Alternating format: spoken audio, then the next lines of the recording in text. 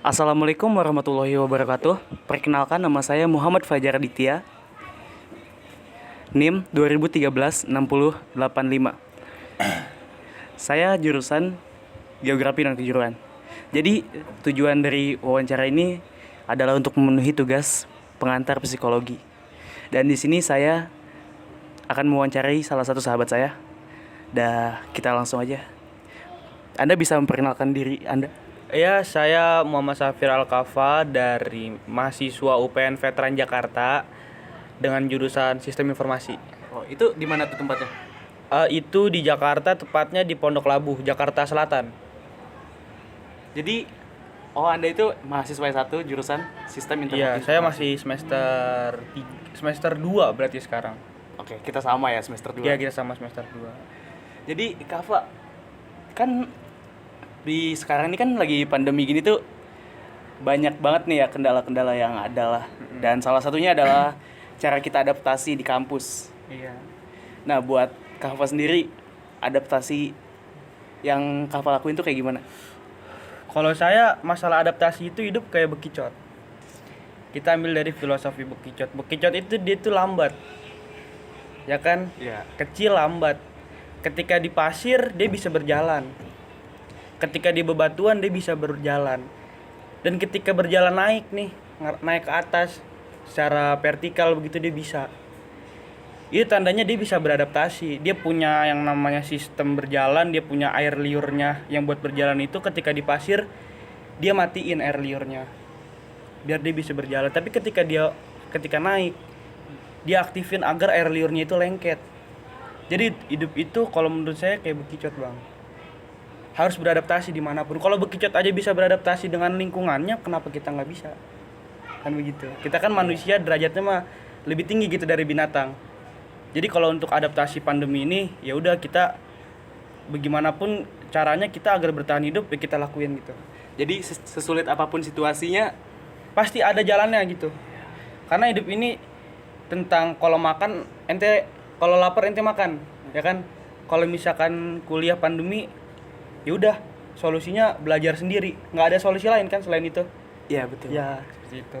Jadi selambat apapun kita jalan, kalau misalkan kita pengen dan kita ada kemauan, Ada kemauan, iya, semua masalah itu pasti ada solusinya gitu, Bang. termasuk adaptasi dalam Termasuk perkuliahan. adaptasi dalam perkuliahan. Dan lagi Kak Pak, kan pasti dong sebelum masuk ke UPN Veteran Jakarta itu Kak Pak punya keinginan tersendiri, misalnya keinginan di masa-masa sebelum masuk perkuliahan gitu. Ada nggak sih kendala yang dirasain gitu, keresahan gitu? Keresahan maksudnya keinginan gimana nih? Jadi misalkan saat masuk perkuliahan tuh Kak Apa punya keresahan nanti, wah gimana nih dunianya bakal beda banget. Oh ya, ada sih keresahannya adalah kita kan dari Tangerang gitu kan. Kita kenal Jakarta itu daerah ibu kota yang dimana pergaulannya itu biar gimana pun Jakarta itu pergaulan tingkatnya itu lebih tinggi gitu, Bang. Kita kan ibaratnya mah dari Tangerang kan anak yang pergaulan itu masih rendah gitu lah. Saya sebenarnya sih risaunya agak resahnya di pergaulan itu aja. Saya bisa gak nih ngikutin anak-anak dari Jakarta gitu kan. Tapi ya namanya kita masih online kan, kita belum tahu juga. Itu nanti balik lagi lah kita ke adaptasi yang namanya bekicot itu tadi. Gitu. Jadi bisa jadi itu kejutan budaya ya. Iya, namanya kultur shock kali ya. Iya. Kerennya itu. Keren itu. Dan lagi pas apa gitu perbedaan pas Kuliah udah sama- masuk kuliah sama sebelumnya di masa SMA gitu. Pasti dong ada signifikan yang Ya paling sih kalau masalah itunya, kalau SMA tuh kita kan namanya belajar, namanya sekolah kan dikejar guru kali ya. Kayak PR dituntut gitu. Misalkan kita belum ngumpulin PR, di calling gitu sama guru, dipanggil, Kafa nih PR-nya belum ada nih, PR materi ini belum ada. Tapi kan kalau di kuliah mah kagak. Kita mau ngerjain PR, kita mau ngerjain tugas ya ngerjain, kalau nggak mau ya udah dosen nggak bakal ngejar gitu. Cuman konsekuensinya adalah nilai kita kurang gitu ya kan. Oke, masuk Kak.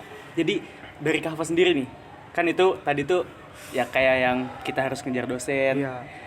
Balik lagi ke apa sih sifat yang harus, apa sikap yang harus dosen lakuin ke kita.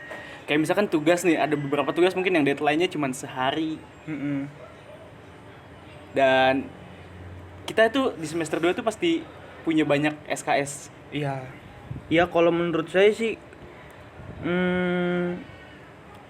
gimana ya, dosen kan juga nggak tahu ya. Pertama dosen kan juga nggak tahu nih kalau jadwal kita tuh kayak gimana. Masa dosen ngasih tugas tuh lihat jadwal kita dulu, kan kagak ya kan. Cuman kalau menurut saya ya mungkin Balik lagi ke kita. gitu. Inilah kehidupan gitu ya kan. Sebisa mungkin kita harus ngatur waktu gitu. Karena nanti di dunia kerja kan kita nggak tahu. Kalau bos kita tiba-tiba ntar nyuruh buat ini kerjain nih, malam ini harus jadi, kan kita nggak ada yang tahu ya kan. Itu dia namanya, balik lagi gitu, hidup tuh perihal kalau ente lapar ya makan gitu. Kalau ente ada tugas dikerjain hari itu juga, ya udah kerjain solusinya. Jadi kita nggak perlu mengeluhkan banyak Iya, hal. kalau kita menggerutu kan kagak kelar. Semisal nih, deadline, misalkan dikasih tugas jam 3, deadline jam 12 malam. Kita kerjain aja dulu. Kalau misalkan emang jam 12 malam kagak kelar, ya udah. Itu kan namanya sebuah kekecewaan kan. Ya udah, itu kan dalam hidup mah kecewa biasa. Hari ini kita kecewa, lusa juga kita bakal kecewa. Gitu kan ya. Kalau bagi saya ya udah just jalanin aja. Ya mengeluh mah kagak apa-apa lah, sekali 2 kali mengeluh itu kan kebutuhan. Oke, kalian lihat. kelas. Jadi ini setelah mungkin kita kan udah 1 semester lebih ya kuliah. Iya. Nah, terus mungkin udah dapet belum sih temen yang frekuensi, atau udah gambar belum nih teman-teman kayak gimana nih? Oh ya udah sih, kalau dari kita kuliah kan namanya kuliah mah nyari relasi ya. Jadi pas kuliah tuh saya langsung buru-buru gitu Bang Fajar, saya langsung buru-buru nyari teman lah istilahnya, nyari teman buat komunikasi. Karena kan yang namanya kuliah mah, apalagi kuliah online gini kan, kalau misalkan kita kagak tahu udah tuh buntu. Jadi kita namanya harus berkomunikasi, harus berdiskusi gitu sama teman. Jadi saya sebisa mungkin nyari teman, saya chat-chatin, saya sok kenal sok deket aja gitu sama orang. SKS dah, bahasa anak gaulnya begitu. Saya chat-chatin, ini ngerti gak yang ini, ngerti gak yang ini. Karena saya yakin teman-teman kita pun juga butuh teman. Jadi ibaratnya kita yang duluan berkenalan. Mungkin mereka malu, tapi kita yang punya kemampuan lebih untuk berkenalan lebih dulu, kita jalanin, kita lakuin gitu. Jadi selepas dari itu ada nggak kayak rasa, wah nanti apa nih sikap yang harus dilakuin kalau udah misalkan ketemu mereka pas offline?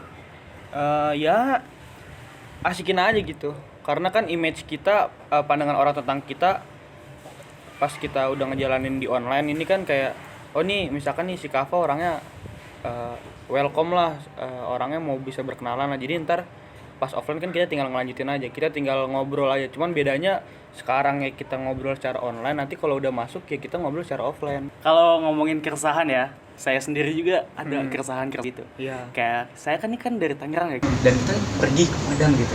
Ente kan ngerantau. Itu jauh banget gitu. Iya. Dan yang pertama dikhawatirkan tuh komunikasi. Kayak bahasa itu kan, jadi gimana pun juga kita komunikasi tuh pakai bahasa. Dan di situ tuh agak susah juga gitu. Mana dari awal, jadi kita dari awal harus memperkenalkan diri sebagai orang luar daerah. Itu yang dinamakan bekicot. Kita balik lagi ke namanya adaptasi.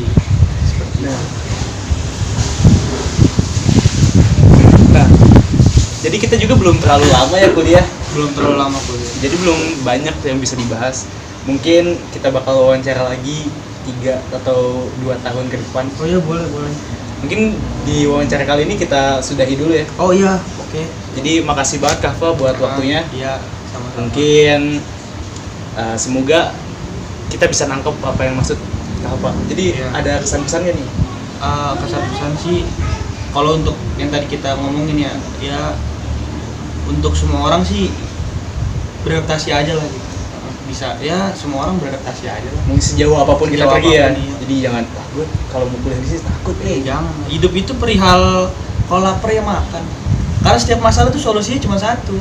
Kadang yang buat kita gak ngejalanin itu ya itu keresahan kita. Kita menggerutu terus aja, Bang. Tanpa ada solusi. Tanpa ada solusi. Solusinya kan udah ada satu tadi. Lapar ya makan. Kalau ente lapar, gue lapar nih. Terus ngeluh tuh, aduh gue lapar nih gini. Ente kagak bakal kenyang. Solusinya kan makan.